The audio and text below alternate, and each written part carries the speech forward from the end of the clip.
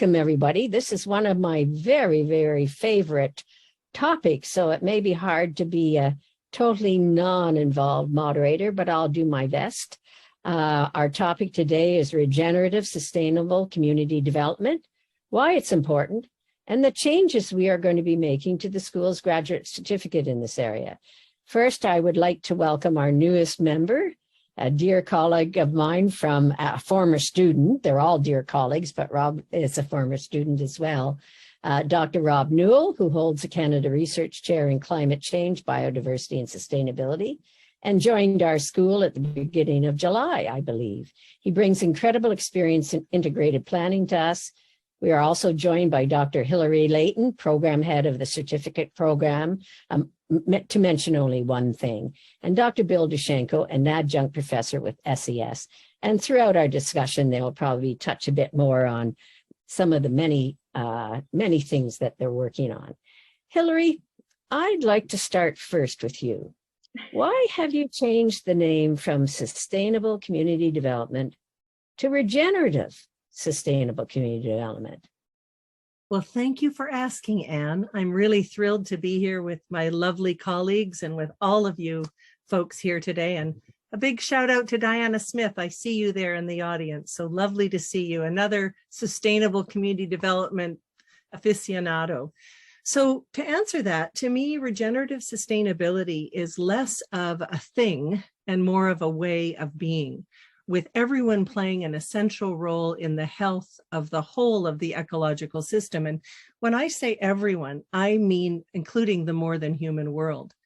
We're seeing sustainability paradigms now that are shifting and evolving from just simply meeting human needs to catching this next wave of the evolution of sustainability, which means thriving, regenerative, whole systems that include considering both the inner and the outer realms of our sustainability. And that denotes including and transcending, that systems language, to include what we know and transcend it to the next levels. You know, we often joke, would you want your marriage to be sustainable? And people say, no. So we want things to thrive. And so this is this next level. We want our relationships to thrive. We want our communities to thrive. And based on a holistic, regenerative, sustainable approach, this means integrating recent science, culturally diverse ways of being and knowing, the physical, biophysical, and psychological health of the whole. And when I say inner dimensions, Anne, I'm considering beliefs, worldviews, identity, culture, values, ancestry, spirituality, much like your own work where you spoke about love and kindness and empathy as key components to sustainable development. And you did that decades ago, and we're now trying to make that invisible more visible as we co-create these new flourishing systems approaches. So but maybe you'd like to say something about your research that you know, was life-furthering in terms of resilient communities. Well, I'd like to sort of add a bit to regenerative sustainability, because we've modernized our entire school curriculum to encompass regeneration. And the fundamental difference, or evolution, it's not a difference because thinking is always an evolution and a progression, is that the emphasis is on net positive outcomes.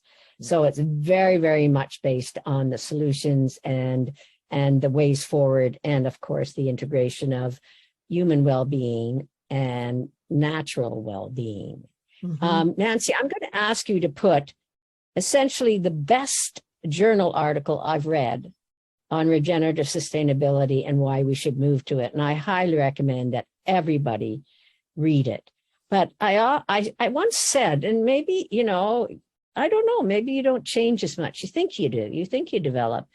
In one of my first classes I taught at Royal Roads, I said, maybe we don't need more science and more information, but maybe we need everybody to be kinder to one another and kinder to the other critters on the earth. And now I would add, and love is critically important, because if you don't know something, you won't love it and you won't care for it. So you're talking about what we're doing here in our school with theory and practice meeting and empowering through education and reflexivity and praxis. So as we're working and responding in the world, peoples and places, the more than human, we're all co-implicated in this holistic, more integrated approach. And that's how this paradigm is shifting right now to allow for systemic transformation. You know, the question I hold really close to me these days is, and it's coming out of the pandemic, I do this because it's coming out of isolation. I say, how are we going to be together? How are we going to be together? It's a big question. So part of today and part of the certificate reimagining addresses this. Right. So you talked about systemic integration. Bill, you teach the systems course in our Master's in Environment and Management program. Can you explain why a systems perspective is so critical to regenerative, sustainable community development, if you wouldn't mind? I'd be happy to, Anne. First of all, it's important to note that systems are everywhere around us. And the best way to describe systems are what I might say is human constructs to help better understand the world around us in that regard. And when I talk about systems to my students, a system is really just a component, set of components or things. It could be actors, people, it could be ideas, it could be it could be animals in the ecosystem or plants or any number of different things, which are, and what the systems are they're usually very connected and they're self-organized, such in a way that they create their sort of own unique pattern behavior. So what they're trying to do, from our perspective anyways, is achieve something over time. And so this happens through the flow of energy. It could be matter, it could be ideas, it could be information or even actions between these components. And it's typically what we call the structure of the system. And so when we employ systems thinking or systems perspective to anything or any issue, what we're trying to do is to understand their complexity and link those relationships between the structure and the behavior of a system to allow us a greater understanding of how systems operate. And this can include things like shifting from what I typically refer to as sort of a poor, if you will, pattern or cycle, or typically a vicious cycle, to a more virtuous pattern or cycle behavior.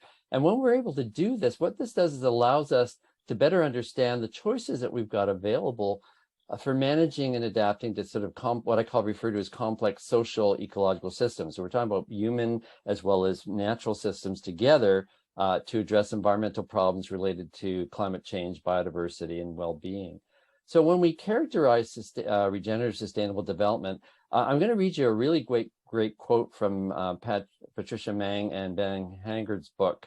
It was done in 2016 called Regenerative Development Design. And I think it sort of helps to capture, there's a number of different definitions out there, and I'm sure each of us as faculty members have different takes on it. But here's the quote: regenerative sustainable development is about growing the capability of living beings, so humans, communities, ecosystems, to co-evolve towards ever higher orders of diversity, complexity, creativity, and life. In other words, regeneration is the process by which potential gets moved into existence. It's not that our existing problems aren't important. It's just that if we start from the viewpoint of potential within systems, we see a situation that provides a completely different context for how we address problems.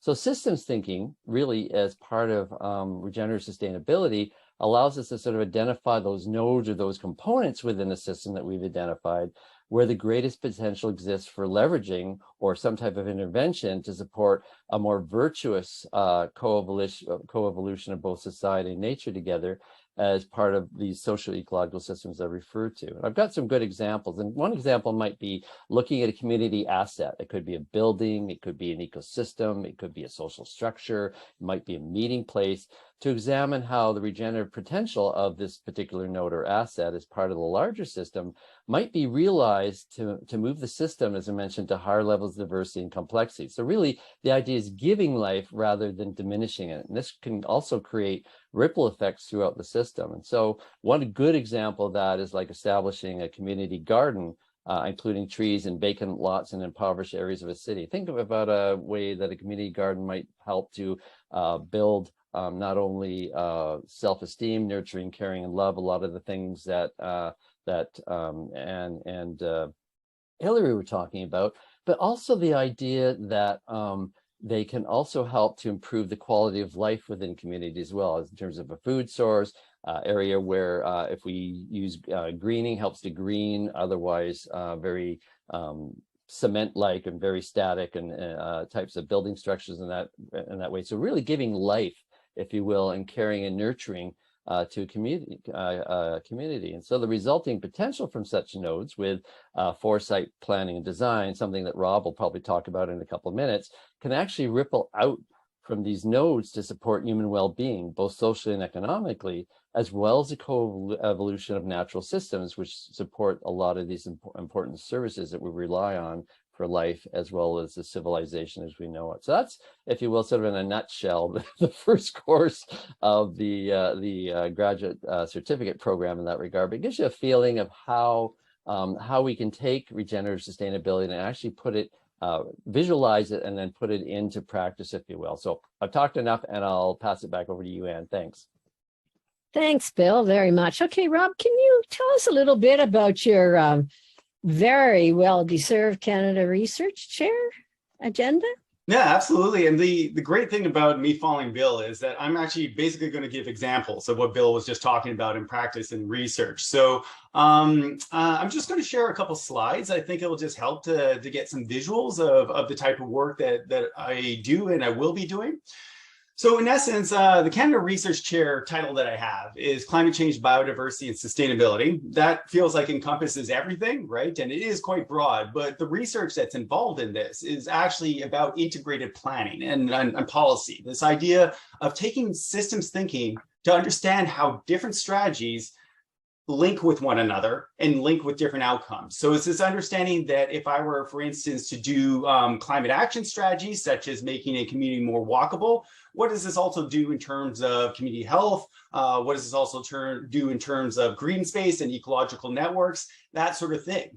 Now, what you see right here are some tools for doing research and practice around this integrated planning. So my research is very community-based. It means that I work with local governments, regional governments, NGOs, other community actors and community members to develop tools for understanding if we were to do different types of local development, local action strategies, local food strategies, what does it mean in terms of all the different co-benefits, relationships to other benefits, but also the challenges, the trade-offs. It's not all win-win.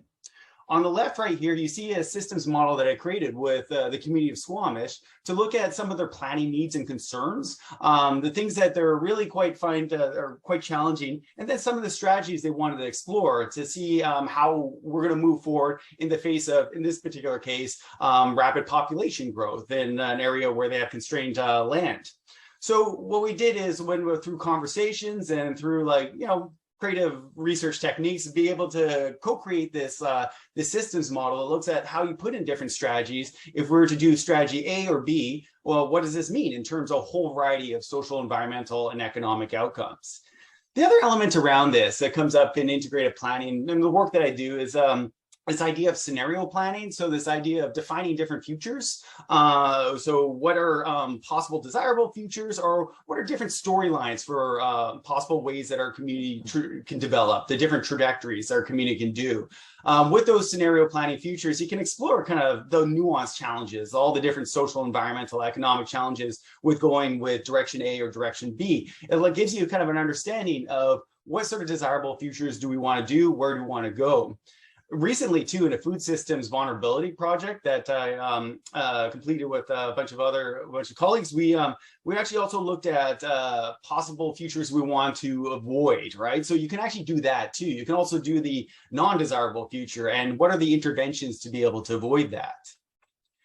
So another element about this, the other aspect of what I do is try to do tools for participatory planning and stakeholder engagement. Reasons for this is because, well, like I was mentioning, I do community-based participatory research. So I involve people that will be using the outcomes of the research hopefully for their own planning needs and local needs. So that's kind of one of the reasons why I'm interested in that participatory process. But there's this other thing. Myself and many others will argue that things like integrated planning and sustainability require participatory processes. And there's two very strong arguments for it.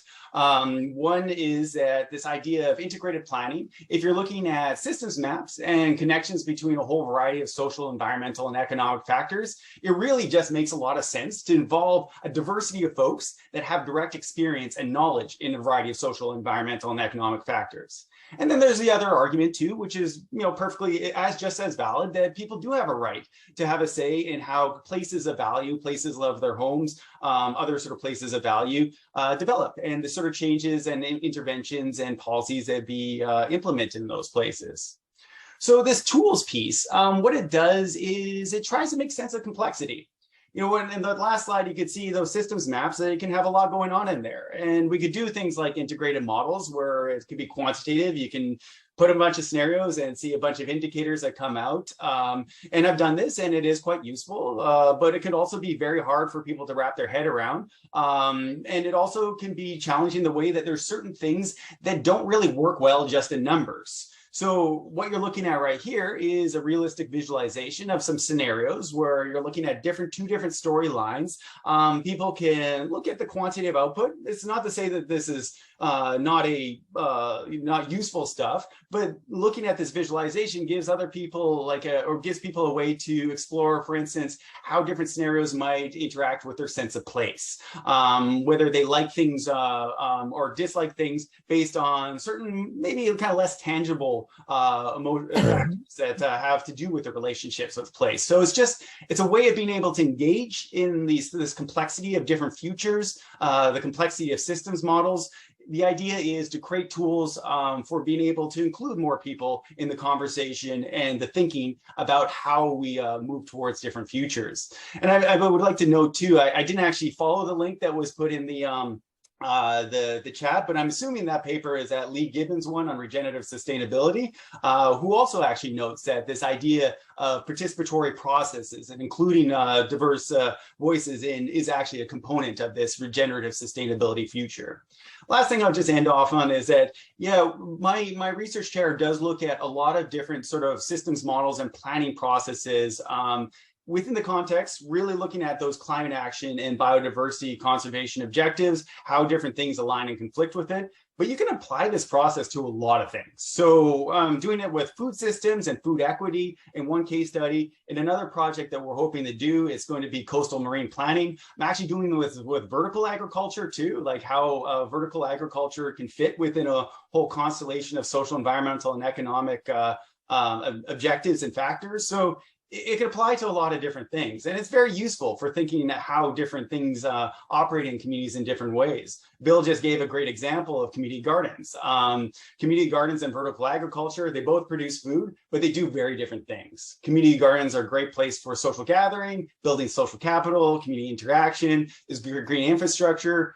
Vertical agriculture can produce a lot more food. It could be like kind of a local job or place for employment too. So that's the reason why to kind of look at it through these systems perspectives, because it gives you kind of an understanding of the linkages, how it actually fits within a broader constellation of different sustainability objectives and factors. And thanks, Rob. So I'm going to be controversial here because our topic is, why is regenerative sustainable community important to communities and to people? So you talked about, people want to be heard in development. They want their voice, inclusive participatory engagement. And this is addressed to everybody. So your local political decision makers determine the quality of your green space and access to how much green space you have and its access, which, as we know from COVID work, it became more critically important. The quality of your water, your waste, how it's managed and handled, all sorts of day-to-day quality of life indicators. And yet, I can only quote stats from Ontario, less than 40% of Ontarians vote in local elections. What says you?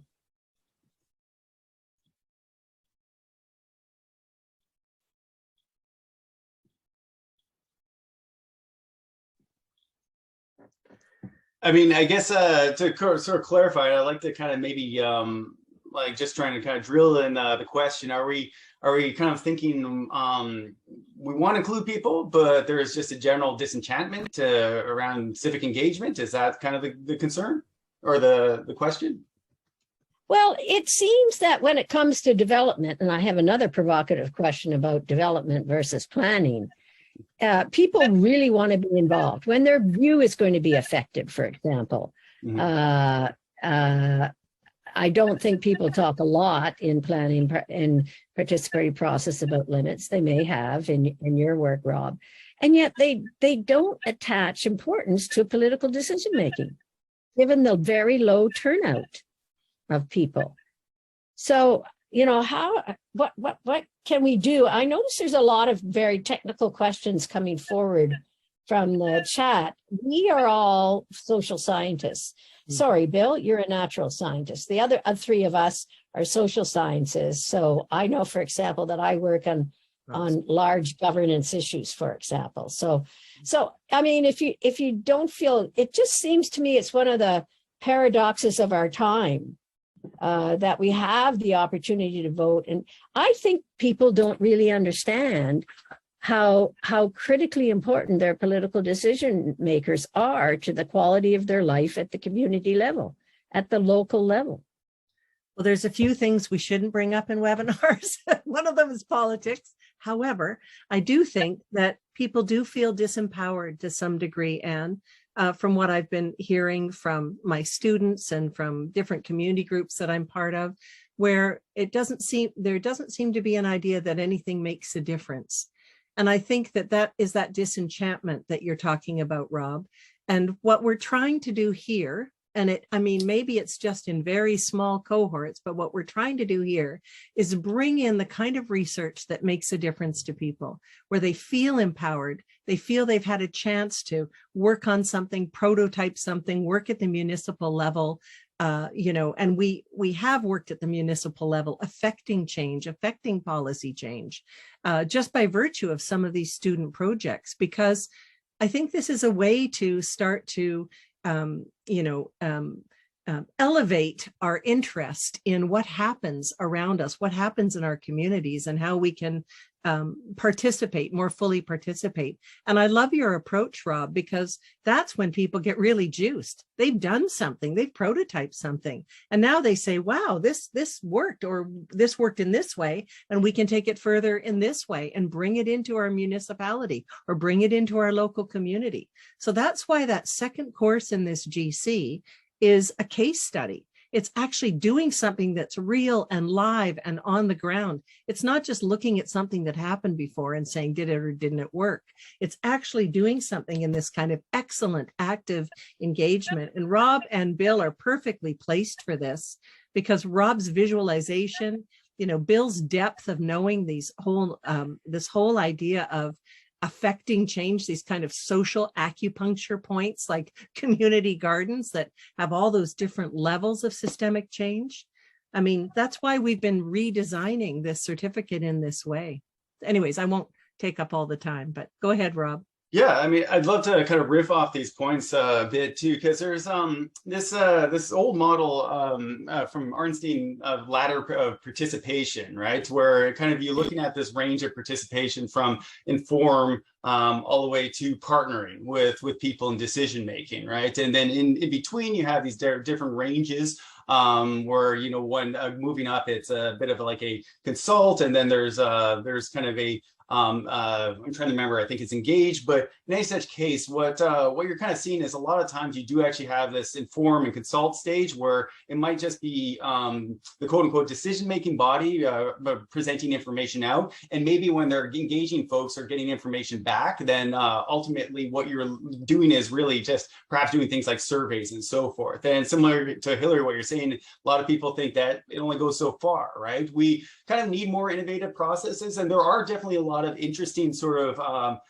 techniques for allowing for more partnership and involvement in decision-making processes, like participatory budgeting that's been around for some time. There's some citizen jury processes. but the important part is like to kind of make sure that these are actual effectual processes where like the voices that go in actually lead to results on the ground, and that's still kind of a challenge. Truthfully, like you kind of experience a fair bit of that. Maybe that wall and that frustration in participatory action research, where I'm like desperately want my research to be useful and implemented in the world, but it is actually hard to close that gap between research and practice, right? Because when you actually get boots on the ground, or when the rubber hits the road sort of thing, that's where things are high risk. So, you can kind of get the knowledge there, but does it get implemented? It's hard to say. And then there's one other thing that I want to quickly mention is that this idea of kind of consensus making is very challenging. This idea of what the public interest is also very challenging. We're very diverse, right? So there's this kind of this thinking that we can all get together and then we can come up with this one common vision and plan. It's still worthwhile to have these conversations, but it's also worthwhile to note that there are going to be different perspectives. We talked about this idea of things that spoil our view shed. Those could be offshore wind turbines. So it's going to be a constant, ongoing process. There's no like ideal stopping point. Sustainable development and regenerative sustainable development in that paper too kind of discusses these things as more flux of systems rather than like an end state. So, and kind of like negotiating diverse publics and public interests around it, that's part of it. Yeah, thanks, Rob. Bill, you have a comment? Yeah, I think one word that comes to mind, and something I mentioned earlier, is the idea of potential, right? Potential within the system, within political systems. And when people realize that potential and what their part is and how they get involved with that potential, they get really excited about it. And when that happens, that excitement that's generated, that enthusiasm, it really helps us. Hilary was talking about how do we get these disenchanted people back into the groove, so to speak, is this idea of this engagement, right? Recognizing that, hey, I can make a difference here. I know I'm not my voice isn't lost in a whole sea of different voices. I can do a lot of amazing things. And it speaks to leadership. We've talked about leadership, and leadership is not just positional, as everybody realizes. And some leadership can be change making. You could be a change agent. There's all sorts of different perspectives on leadership. And what we may begin to realize is that leadership isn't going to come from our political masters. It's going to come from the people. It's going to come from society. And I think that's an important role that many of our students play in society, is recognizing that potential, recognizing that we can make a difference, how we can things that we do locally can ripple out. I was talking about earlier to help to address some of our global issues, and then also looking at, I know we always focus on the problems, and people get really depressed when we talk about the problems and all the things that are going on. If we start focusing on the potentials of a system, right, and recognizing the virtuous things that can come as a result of that potential, then we begin to see how those problems actually begin to look after themselves as we inject that new energy or that new potential into a system, right? And so from my perspective, that's where that leadership comes. Anyway, I'll stop there. I want to riff off that, Bill, because just as you're saying, when we're starting to do that work, the inner part comes out too. Like you said, in the gardens, all of a sudden we're affected. Our well-being is elevated. Things are starting to shift and change. It isn't just something that happens one day. It is something that's starting to happen as we're making change. I'm thinking about tipping points. I'll go back to Rosa Parks standing up and moving 3 seats up on a bus. It wasn't a political, it wasn't a policy. It wasn't a government that changed or tipped things over for that movement to take hold. And yes, she was part of the NAACP. And yes, this was perfectly placed and planted. However, this is how systems change. It takes small group of people. Was it Margaret Mead who said this, or one person who can affect this change? Look at Greta Thunberg. Where did she come from? These adjacent possibles. But we're also concerned with beauty. While we're working in these systems, we're also working in the most beautiful world that we're part of. And so we appreciate that. And part of our program looks at being reflective about these places and spaces and people, and bringing in this other aspect of our reflexivity and praxis, where we do something and reflect on it and learn from that. So there's this beautiful other journey going on through this whole GC. And most of our programs at Rural Roads that is really very positive for the people that are learning. And then, of course, there's the widening ripple effects when they go back to family, communities, and organizations. Anyways. Yeah, I think at least the residency, although we're still finalizing, the fine details with the system in which we operate, Royal Roads, about the certificate, but it's going to focus very much on practice. But I want to address peripherally 2 questions from the chat. Regenerative sustainability is very much, and nature-based solutions are very much integrated.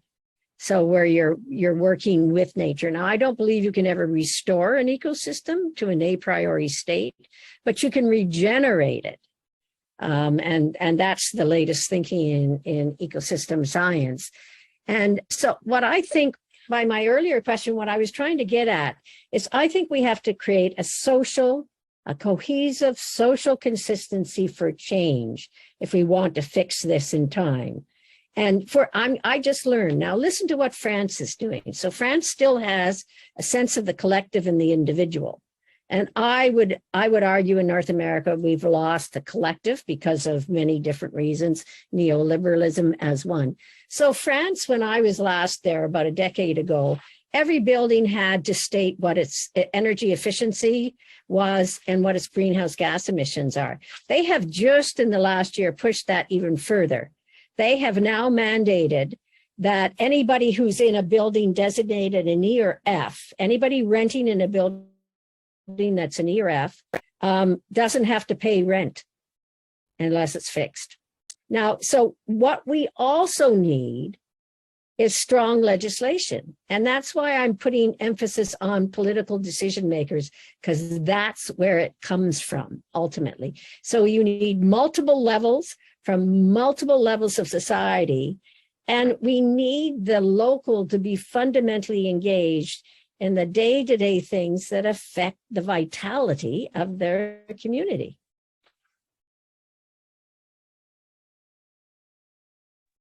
I think we've got some questions in the chat. Is this a time we want to go to questions? We could possibly pick up some. Some of them are very technical. I think there are 2 questions on food, Rob, and you've been working in food systems, so you may wish to take a look. And there's someone named Julian who wanted to ask a person a question with his voice or her voice.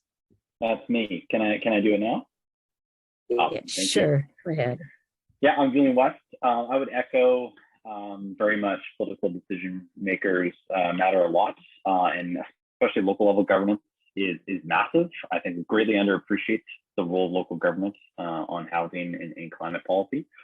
My question essentially boils down to, what is the big gap? Like, what is the big barrier to making more progress on regenerative sustainable development? We've known about this stuff for a long time. It's been repackaged in a lot of different ways.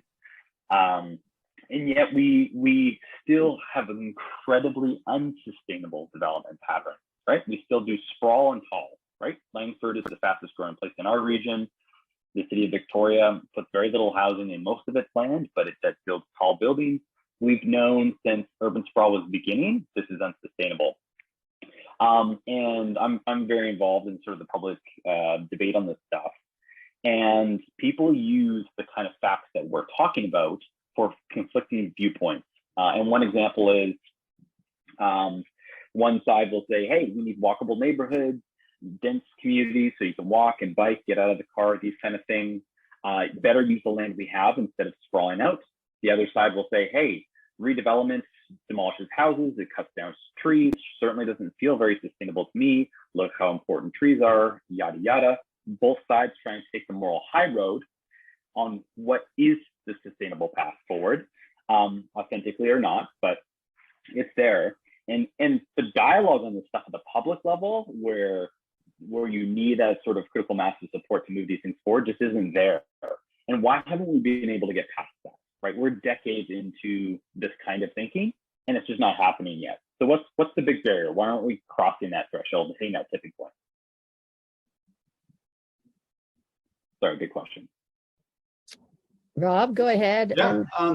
Yeah, it is definitely a big question. And there's actually like multiple responses to it, which is part of the reason why we're still stuck, because there's definitely multiple challenges. But just to come up with a couple, going back to the plurality perspective, you came up with a really great example there of two different perspectives of what is a sustainable development. The fact of the matter is that I think we're, I was actually just chatting with a colleague about this. We're kind of, we have this sort of silver bullet culture or silver bullet mindset, and there actually really is no perfect solution. Often the term co-benefits is used to kind of almost sell that there's a win-win, but it's actually always kind of a win-win loss, or, it's definitely much more complicated than that. And even if things do seem win-win for a good chunk of society, there are always going to be trade-offs. So we're kind of like, I think I sort of want to reiterate that getting to that like stopping point or like that end state that we reach sustainable is not really what's going to be the case. And unfortunately, there's a bit of a psychological mismatch, because a lot of like the way that our sustainability is structured is around targets. It's around thresholds. Like we need to make it under 1.5 degrees Celsius, otherwise we're done. But that's not true. It actually there's always a gradient of more challenge, right? When it comes down to it, we have certain targets for what we want to achieve at the local level in terms of indicators and so forth. So I think there is a bit of a mismatch in terms of those targets are useful to give us kind of a point, but like ultimately they all will have some sort of level of like trade-off and balance, and it's much more gradient in it. And so I think like generally it could be kind of a bit of a psychological challenge. The other thing I really want to mention too is that one of the big issues that I've often come up with in research is there's a mismatch between governance levels and systems levels, right? So we have government that exists in these sort of local municipal jurisdictions where a lot of our challenges are regional, and you don't necessarily have the same sort of authority at the regional level as you might at the local or provincial level. So what do I mean by this? Well, things around biodiversity, ecological health, a lot of this really happens at the watershed level. And then you're having like two different municipalities which are in the watershed that are not necessarily aligned with one another, let alone their departments, whether they're aligned with themselves. A lot of silos in departments, and could probably speak more to that. But that's kind of one of the big challenges, that there's like a kind of a bit of there's a great paper that I read a while back that does this assessment, specifically was looking around fisheries, but you can apply it to a lot of things, where it's talking about the matches around governance and a system. So if those two things are matched in terms of things like complexity, diversity, scale, and so forth, then you have governability, you have like an alignment there. But when they're mismatched, then ultimately you're going to run into a lot of the same challenges over and over again, even if like the concepts and like the will is there. So that's just a couple thoughts. Yeah, I'd like to point out, so my governance research, Julian, is you've hit upon some of the major questions we're looking at. We're trying to develop what are the new governance arrangements for a post-carbon society, 3 time points, 2030, 2040, 2050. One of the major impediments in this country, it's a pathological incentive, is that local governments cannot raise revenues unless through development. Can you think of a better incentive to overdevelop in order to get money to pay for your infrastructure costs as they keep increasing? So we're going to be addressing that fundamentally. I see Rob has his hand up, and so Hilary first, and then Rob, if you want to. A couple text questions. If I could read a text question, maybe that we had earlier.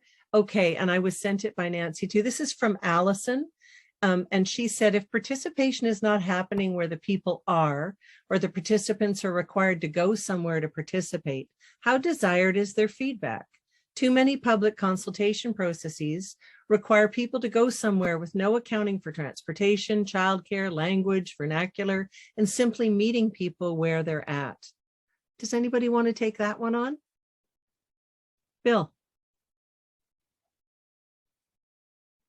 You're muted, Bill. Yeah, I know. Sorry. Just following up on what Julian was saying earlier. Why do people, they know what they need to do, but why aren't they doing it? And there's a sociological or a psychological term that's known as cognitive dissonance. And I mean, I'm not a social scientist, but I'm sure Anne can speak more eloquently about it. But what it really means is that sort of discomfort that a person feels when their behavior does not align with their values or beliefs. So, you know, they know what's right, they know what they need to do, but they just can't get around to doing it. And I think Nancy's captured that beautifully, you know, with regard to too many public consultation processes require people to go somewhere with no accounting for transportation, childcare, language, vernacular, and simply meeting people where they're at. So it gives a sense of, you know, there's this inertia that they need to get by to actually be getting to, you know, like when we talk about sustainability and regenerative sustainability, everyone goes, that's all fine and dandy. And yeah, I could go out and buy organic products and all type of thing, but I can't afford them. You know, I'm constrained by, you know, certain things. And so, yeah, I want to do good, but, you know, I want to do good, but I just can't do it because I just don't have the means to it. And so there's this conflict of these two sort of contradictory beliefs that come together at the same time. And that's part of when we get into the psyche of why, you know, people aren't taking on. Yeah, it sure creates grief. Yeah, I mean, there's an awful lot of grief around because of that kind of dissonance. Yeah, and I want to really peg the responsibility of the media.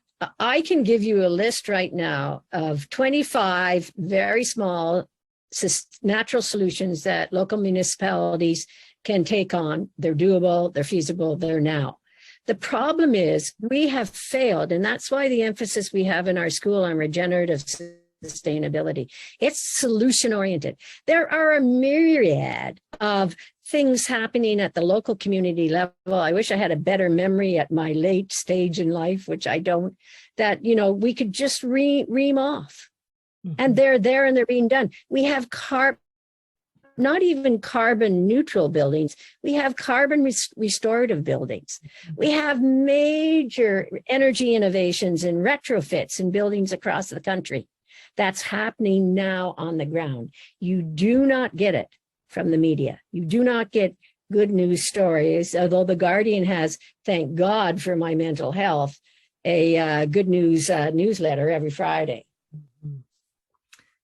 Can I ask one more question? And this will probably end up going to Rob, but it comes from someone named McNeil.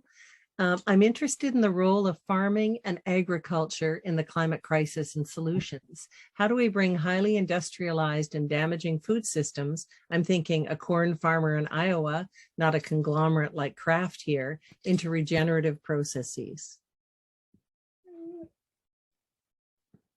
Yeah, that definitely sounds like something that I should respond to, working at the Food and Agriculture Institute for the last couple of years. One of the things that I think is worthwhile to mention is that, yeah, I mean, I don't want to go too deep into like the conversation around it, but what's actually happened here is that our imaginations have been really constrained by this sort of ideological divide between what is industrial agriculture and alternative agriculture, when really there's a lot of shades of gray in between, right? And there's like new ways of doing farming that people are trying to wrap their heads around where it actually fits within that spectrum, right? So there's almost this kind of this cultural challenge around it, but then there's this other element around it that if we can kind of break that sort of constrained imagination, then we can understand that really what we need is actually a mix of different food production methods, right? And this is like a kind of a basic principle of systems type stuff, and resilience is diversity, right? So there is a place for things like small scale organic agriculture, but there's also a place for smaller indoor agriculture too, that has like a smaller footprint. So what you're actually looking at is this idea of looking at, it's what is referred to as landsparing agriculture, that's kind of in a small space that spares land, that you're not expanding agriculture, and land sharing. So regenerative agriculture that like aligns and integrates with ecosystems. Now you're asking like, how are we actually going to be able to move like the industrial system into that? Well, you'd be interested to know that there are a lot of people that are part of the industrial system that are actually going to move into that. There is this thinking that what we're going to do as an agriculture system is convince farmers that we need more ecologically sound processes. But what we're actually seeing, and what I've definitely seen over the last couple of years in conversations around food systems vulnerabilities, is that people are it's not as viable to do farming as we do it right now. And it's not actually lasting all that well. So even like going from the climate action perspective, even like, let's say you don't care about climate change mitigation at all. You don't care about reducing greenhouse gas emissions. Farmers are really, really confronted with this idea we need to adapt. And the ways to adapt are actually these new diverse production techniques. You need to diversify your food production. You also need to explore things that are a little bit more resilient in local supply chains. So this could be indoor production. You can kind of get yourself stuck in this mindset where saying like, well, you know, farmers are just going to do the way that they farm, but that's not necessarily the case. We did this a project around hydroponic sprouting of fodder and feed. Found out anecdotally that there was a person a farmer in Utah that actually sold a chunk of his land to buy a hydroponic system so that he can produce a lot more fodder and feed on like kind of a smaller space, right? So now what does that tell you? Well, if you're starting to see trends like this and things that like a desire for this to happen, then put in the policies and incentives to be able to encourage these processes. And not only that, start thinking about what do we do with that land that gets spared? Can we put in policies, incentives, not just to say that we're going to spare land, but also be able to do rewilding processes that stabilize riparian areas, right? It actually really requires a very strong policy structure that allows that transition and actually build off like concerns that are already there and needs for or interests for people to actually transition. That desire actually is there with a lot of producers.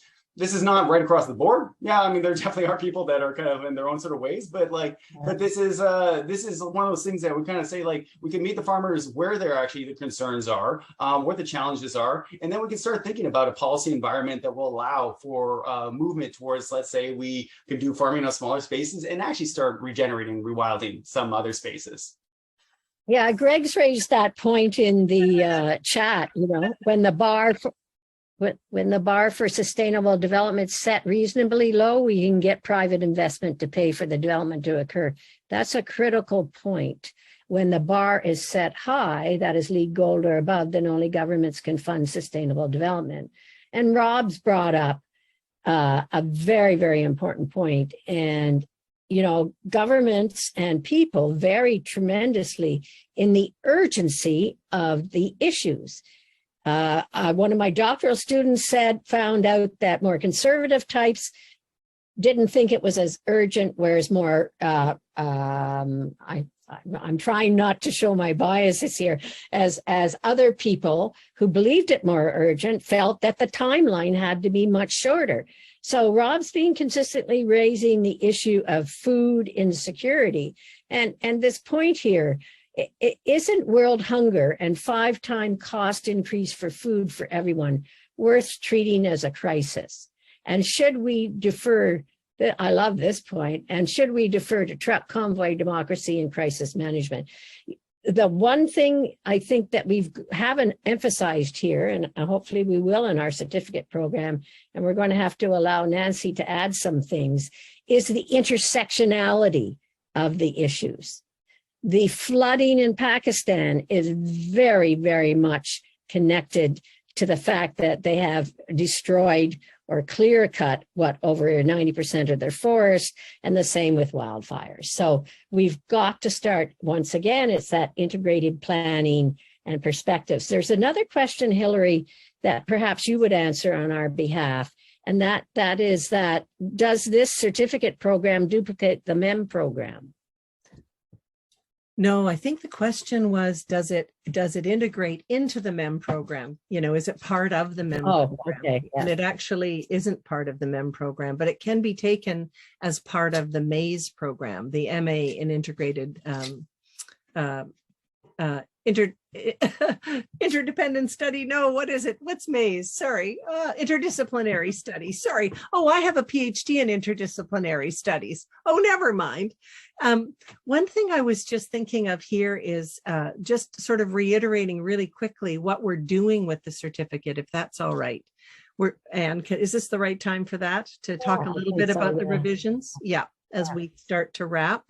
I know Nancy, I can see Nancy smiling at the top of my screen, knowing that the clock is kind of ticking. There's far too many questions here for us to answer in 1 hour webinar. They're just so fascinating.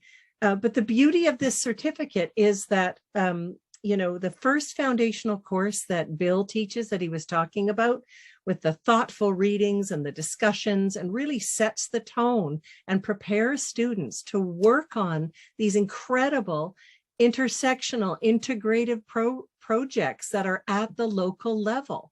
And because it's all online now, we're putting the entire GC online. It means that people will be working in teams and affecting change at these local levels that, you know, would just be kind of fantastic ways to work together and to have this kind of participatory engagement that Rob's talking about, using some of those visualization techniques, and, you know, deploying out into the community to work with lots of different players and stakeholders, some of the unusual suspects, as it were. And then the third course is to really refine these recommendations and proposals, and to bring them in as these interventions, to bring them at the local level, and to affect policy and to affect processes. So this is the kind of research that really makes a difference. And we've changed the intake date. It was formerly in April, but we've moved it to the fall so that we're able to revise some of our program and bring that second course online. And make sure that we catch 2023, which is the year of the intake. And we've renamed it to the Regenerative Sustainable Community Development Graduate Certificate, just to catch that next wave, this next evolution. Did I cover everything, you guys? Is there something I'm missing? Would anyone like to add something? Highlights?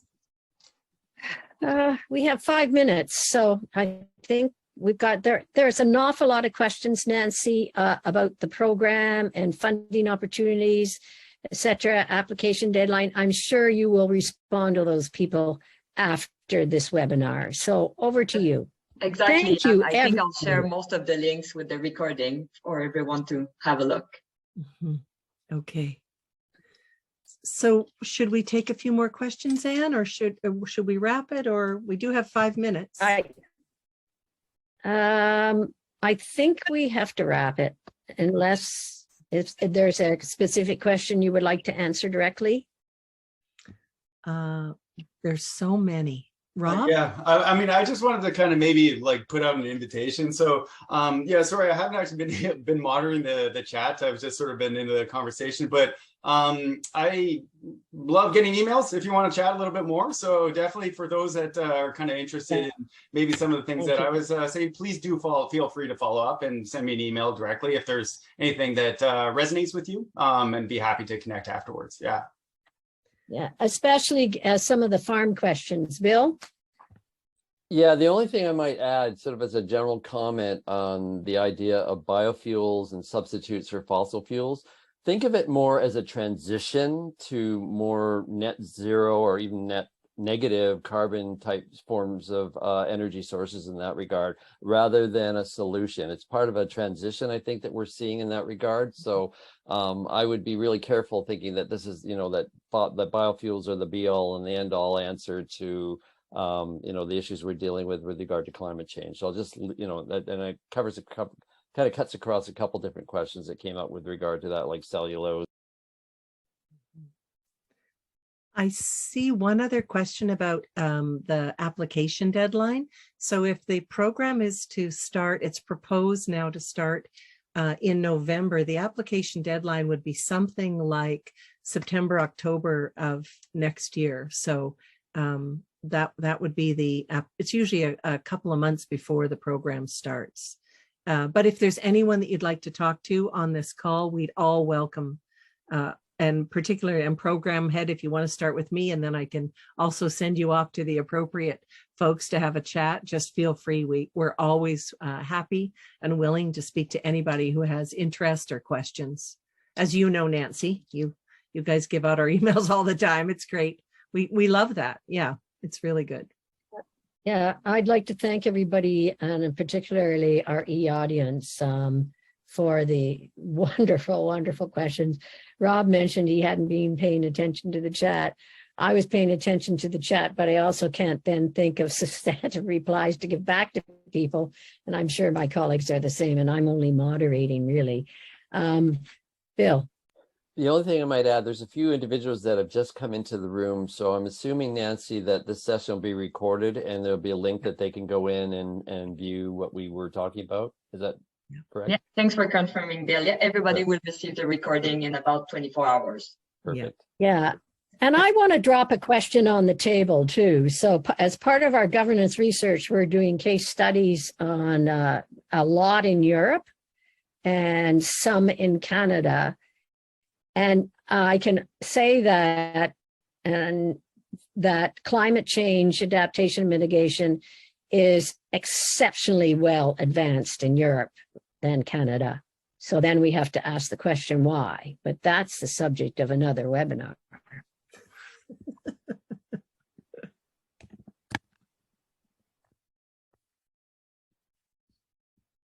Thank you so Over much, to you, everyone. Nancy. Yeah, thank you so much for joining us. Any final words? We get a lot of thank you in the audience, in the chat. Wonderful.